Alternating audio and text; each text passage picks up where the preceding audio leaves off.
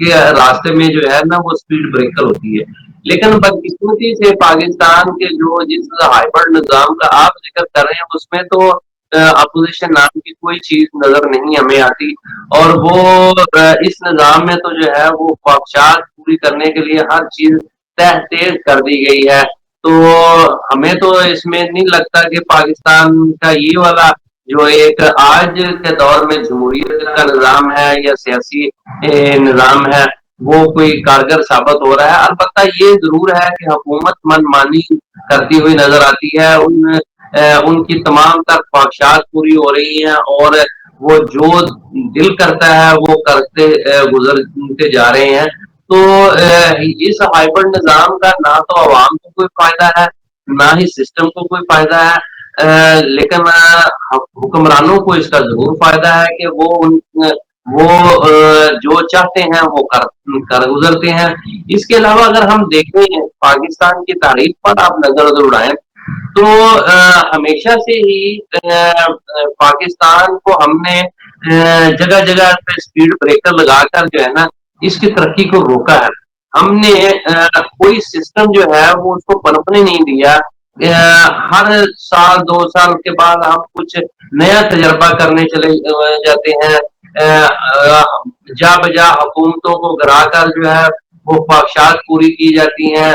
پاکستان میں بڑا عجیب نظام ہے اور پچھلے 76-78 سال سے جو ہے وہ ہم دیکھتے آ رہے ہیں کہ یہی وجہ ہے کہ پاکستان میں تسلسل نہیں ہے پالیسیوں میں. اور آپ اپنے ہمسایہ ملک میں دیکھ لیں انڈیا اور چائنا دونوں تقریباً ہم ساتھ ساتھ ہی آزاد ہوئے لیکن وہ دونوں ملک ہم سے کافی حد تک آگے نکل چکے ہیں. میں معاشی ترقی کی بات کر رہا ہوں تو اس میں لیکن ہم نے جو ہے وہ اپنی من مرضیاں کرتے ہوئے ہم نے کسی سسٹم کو پنپنے نہیں دیا بلکہ ہم نے اپنی خواہشات کو پنپنے کے لیے جو ہے نا سسٹم قربان کرتے رہے ہیں.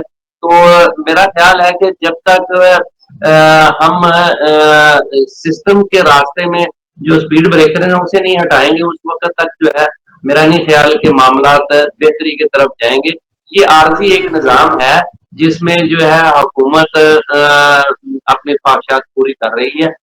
اس کا لانگ رن کوئی فائدہ نہیں ہوگا. اچھا اس حکومت میں جیسا کہ اس آزمائی ہوئی حکومت بار بار آزمائی حکومت کو لانے میں جنہوں نے کردار ادا کیا اب انہی کے ہائیبرڈ نظام کو سپورٹ کرنے کے لیے یہ حکومت ان کا ساتھ دے رہی ہے اور کھلے عام بتا رہی ہے کہ جناب یہ حالات کا تقاضا ہے کہ اب ہائیبرڈ نظام لایا جائے اور اسی کے ساتھ ہی چلا جائے.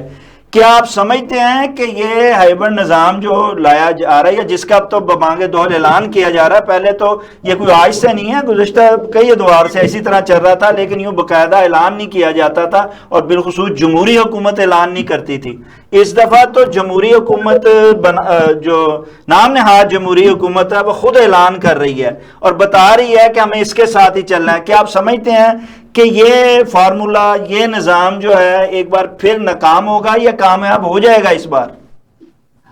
میرا خیال ہے کہ میں اس کے حق میں ہوں کہ پاکستان کی بنیاد ایسی ہے کہ اداروں اور حکومت کے درمیان جو ہے وہ ہم آہنگی ہونی چاہیے لیکن اس حد تک نہیں ہونی چاہیے. یہ بالکل نہیں ہونا چاہیے کہ آپ جو ہے وہ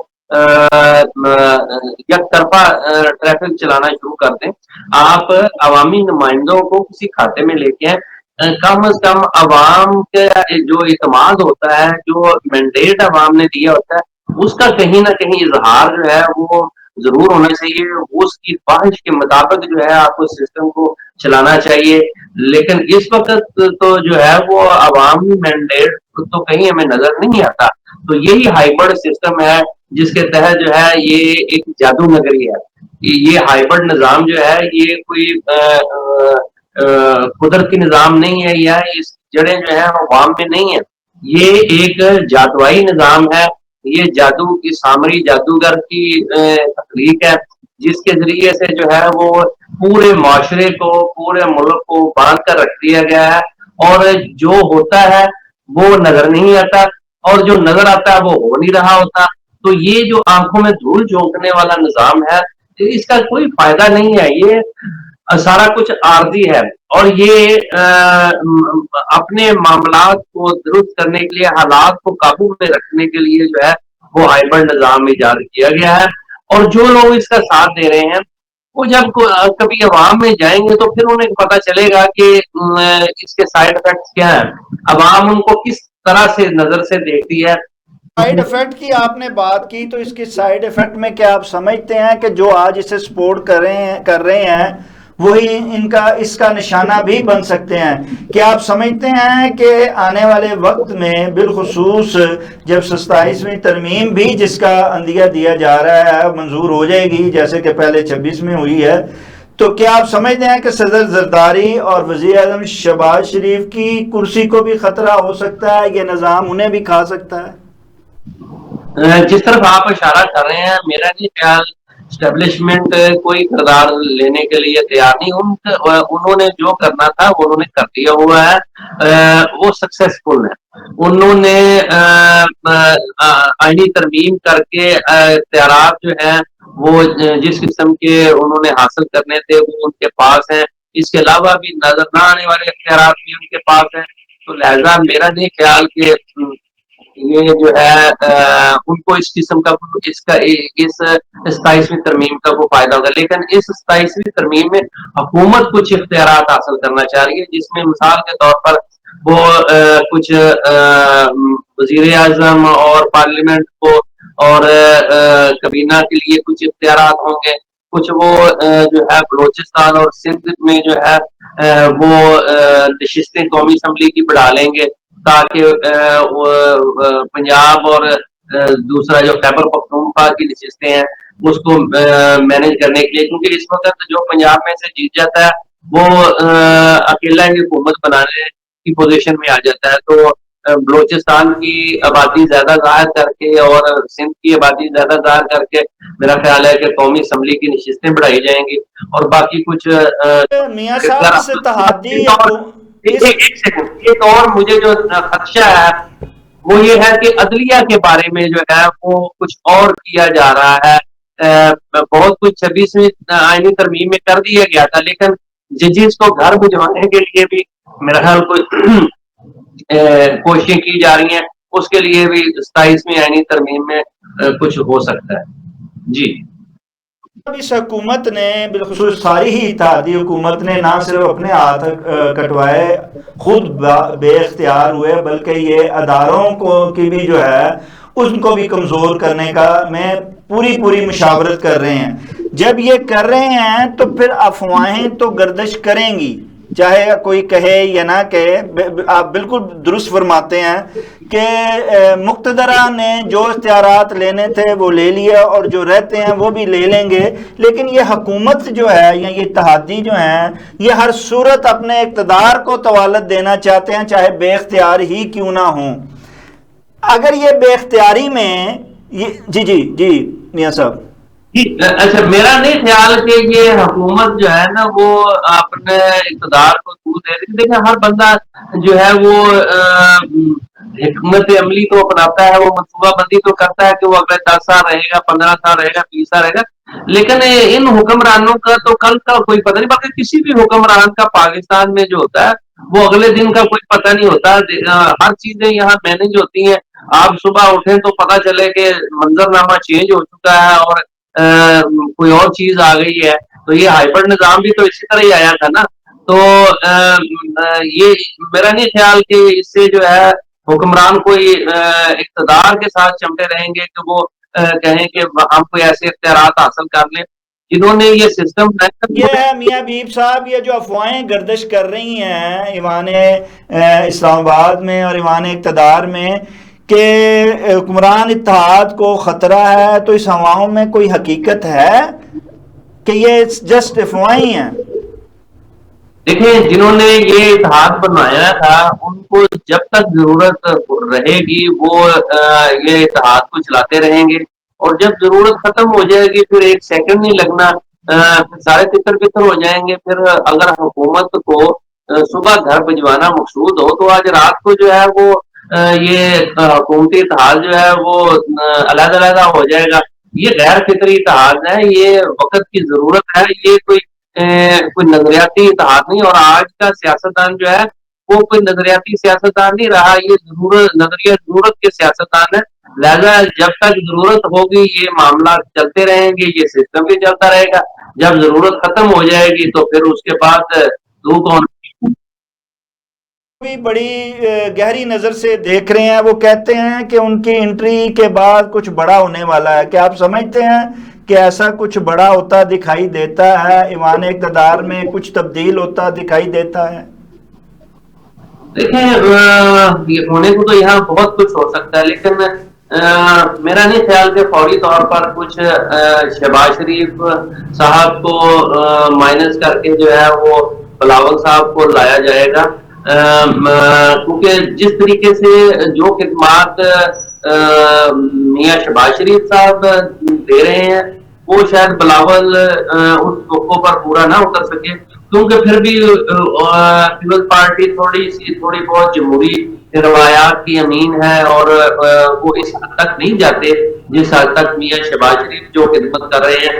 اتنی خدمت میرا نہیں خیال کہ پیپلز پارٹی سے ہو پائے گی. لہذا ان کو ضرورت نہیں ہے کہ وہ میاں شہباز شریف کی جگہ جو ہے وہ بلاول بھٹو کو لے آئیں. البتہ آصف علی زرداری صاحب کی پوری کوشش ہے، ان کی دلی خواہش ہے، بلکہ ان کی آخری خواہش ہے کہ وہ اپنی زندگی میں جو ہے وہ بلاول بھٹو کو وزیر اعظم دے. اچھا، یہ ملاقات، یہ سلسلہ ہو رہا ہے کہ بلاول صاحب کی جو ہے یا زرداری صاحب کی خواہش پوری ہو رہی ہے یا نہیں ہو رہی ہے، اور دوسری جانب شہباز شریف جیسی جو خدمت ہے وہ شاید کوئی اور نہیں کر پائے گا. لیکن اس کے ساتھ ساتھ عمران خان اور نواز شریف کی ملاقات کا بھی بڑا چرچا جو ہے وہ ہر زبان زد عام ہوا ہے. کیا آپ سمجھتے ہیں کہ عمران خان اور نواز شریف کی ملاقات ہو سکتی ہے اور کوئی سیاست میں تبدیلی آ سکتی ہے؟ دیکھیں، مجھے نہیں سمجھ آتی کہ لوگ یہ شوشہ کیوں چھوڑا ہے لوگوں نے، یا اس میں کیا حقیقت ہے. میرے پاس نہیں، یہ اس تو کی مسلم انفارمیشن لیگ نون نے خود ہی چھوڑا ہے، اب خود ہی اس کو ڈینائی کر رہی ہے. میں اسی کا تجزیہ کرتا ہوں. میرے پاس انفارمیشن نہیں ہے، لیکن تجزیہ ہم اس کا کر سکتے ہیں کہ دیکھیں نواز شریف کے پلے کچھ نہیں ہے، وہ کس بنیاد پر جو ہے وہ جا کے عمران خان سے ملے گا. اور پھر میں نواز شریف کے مزاج کو بڑی اچھی طرح جانتا ہوں، وہ کیوں کر جا کے جو ہے وہ عمران خان سے ملے گا. البتہ اگر اس حکومت کے خلاف یا اسٹیبلشمنٹ کے خلاف تحریک چلانا مقصود ہو تو پھر میاں نواز شریف جو ہے ایک منٹ نہیں لگائیں گے، وہ عمران خان کے پاس پہنچ جائیں گے اور وہ کوشش کریں گے کہ ہم آئیں، ہم دونوں مل کر جو ہے وہ تحریک چلائیں. لیکن ایسی صورتحال بنتی ہوئی نظر نہیں آ رہی. اور ایک بات اور میں آپ کو بتا دوں کہ شہباز شریف وزیر اعظم ہے اور میاں نواز شریف کی صاحبزادی وزیر اعلیٰ ہے پنجاب کی، جو کہ پاکستان کا سب سے بڑا صوبہ ہے. اس کے باوجود میاں نواز شریف اور عمران خان کے اسٹیبلشمنٹ کے بارے میں نظریہ ایک جیسا ہے. دونوں جو ہے وہ سیاسی طور پر اس حوالے سے ایک پیج پر ہے، جبکہ میاں شہباز شریف جو ہے وہ اس کے بالکل برعکس ہے. اور آج کل جو سیاست ہو رہی ہے وہ میاں شہباز شریف کے نظریہ کی سیاست ہو رہی ہے، نواز شریف کے نظریہ کی سیاست نہیں ہو رہی. لہذا مجھے نہیں لگتا کہ عمران خان کو نواز شریف جو ہے وہ ریلیز دلوا سکتے ہیں یا وہ عمران خان سے ملاقات کر کے کچھ حاصل کر سکتے ہیں. البتہ یہ ضرور ہو سکتا ہے کہ کل کو جب آپ دیکھیں کہ ایک وقت آیا تھا جب پیپلز پارٹی اور مسلم لیگ جو ہے وہ ایک قسم کی ذاتی دشمنی ان کی سمجھی جاتی تھی، لیکن وقت نے دونوں کو ایک ہی ٹرک پہ سوار کر دیا تھا. ایسا وقت اگر آیا تو پھر میاں نواز شریف اور عمران خان جو ہے وہ ایک ٹرک پر سوار ہو سکتے ہیں. تو کیا عمران خان بھی جو ہے جب نواز شریف تو جا سکتے ہیں بات کر سے، وہ آگے بھی گئے تھے، کیا عمران خان جو ہے اس پر راضی ہو سکتے ہیں؟ اچھا، وہ ایک تو یہ کہ وہ راضی ہو سکتے ہیں، دوسرے طرف کیا شہباز شریف بھی کبھی جو ہیں وہ جا کے عمران خان سے ہاتھ ملا سکتے ہیں اور معاملات کو سدھار سکتے ہیں، عدم استحکام دور کر کے سیاسی استحکام لا سکتے ہیں؟ شہباز شریف صاحب تو کئی بار عمران خان کے پاس گئے ہیں. جب وہ اپوزیشن لیڈر تھے تو وہ اس وقت بھی انہوں نے عمران خان کے ساتھ ہاتھ ملانے کی کوشش کی تھی اور کہا تھا کہ آئے مل کر چلیں. پھر اس کے بعد اب جب وہ اقتدار میں ہیں تو وہ بھی کئی بار جو ہے وہ انڈیا دے چکے ہیں کہ آئیں آپ ہمارے ساتھ ہاتھ ملائیں اور مل کے چلتے ہیں، لیکن اب سوٹ نہیں کرتا ہے عمران خان کو کہ وہ شہباز شریف کے ساتھ ہاتھ ملائے. اس کو پتا ہے کہ اس سے ہاتھ ملانا جو ہے وہ گھاٹے کا سودا ہے. تو سیاست میں جو ہے وہ مفادات دیکھے جاتے ہیں، اور کبھی بھی ایسی چال جو ہے وہ اس کا حصہ نہیں بنا جاتا ہے جس سے جو ہے ان کی مقبولیت ڈیمیج ہو، ان کا نظریہ ڈیمیج ہو.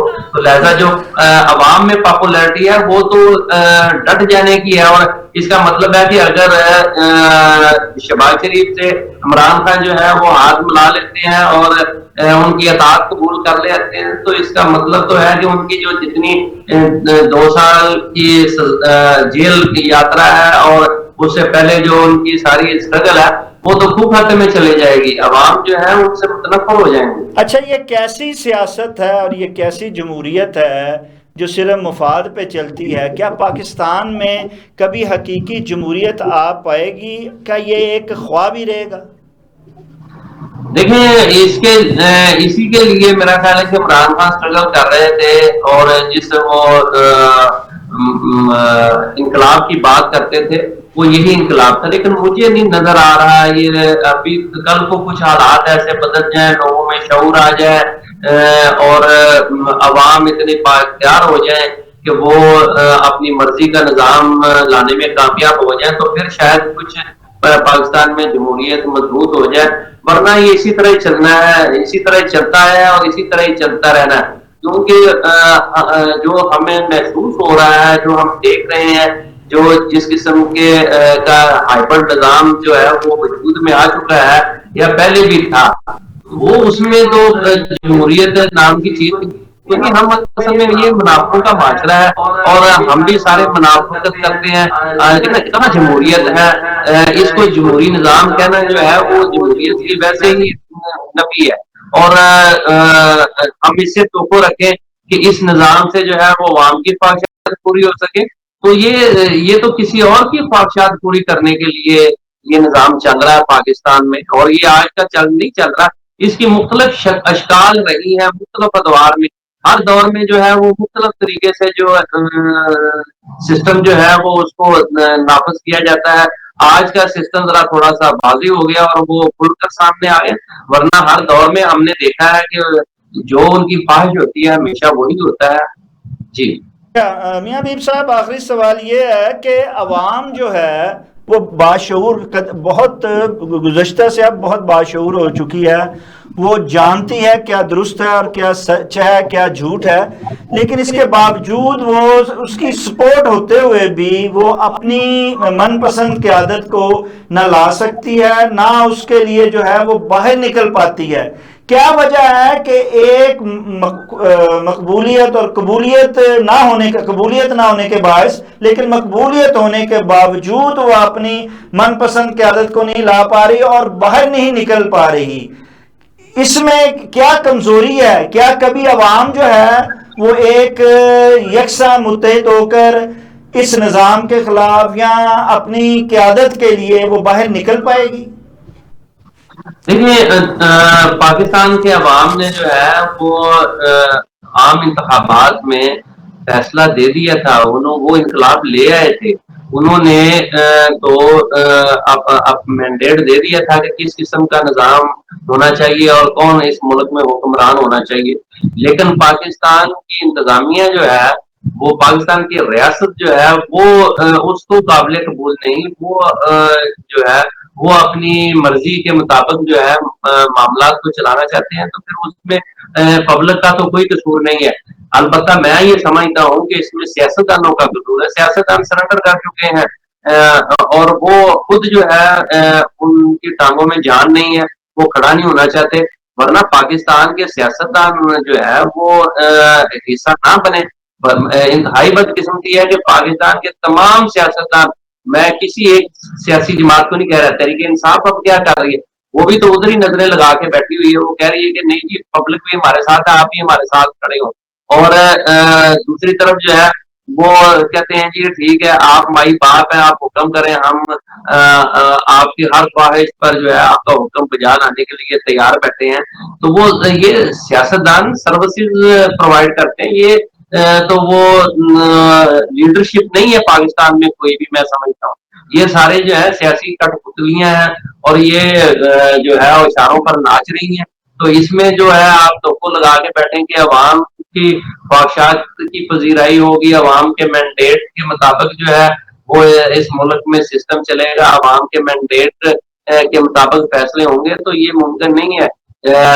اگر پاکستان کے سیاستدان جو ہیں وہ یہ چاہتے تو جو فیصلہ دیا تھا پبلک نے اس کو منوان قبول کرتے، اور پھر اس کے بعد جو ہے میں سمجھتا ہوں کہ پھر راستے میں کوئی بھی رکاوٹ کھڑی نہیں ہو سکتی تھی۔ لیکن ہم جو ہے سسٹم سے بالا تر ہو کے، ہم جو کھیل کے بنیادی اصول ہیں ان سے روگردانی کر کے جو ہے وہ کسی کی جوڑی میں جب جا گرتے ہیں تو پھر وہ ان کی مرضی ہوتی ہے کہ وہ کیا کریں۔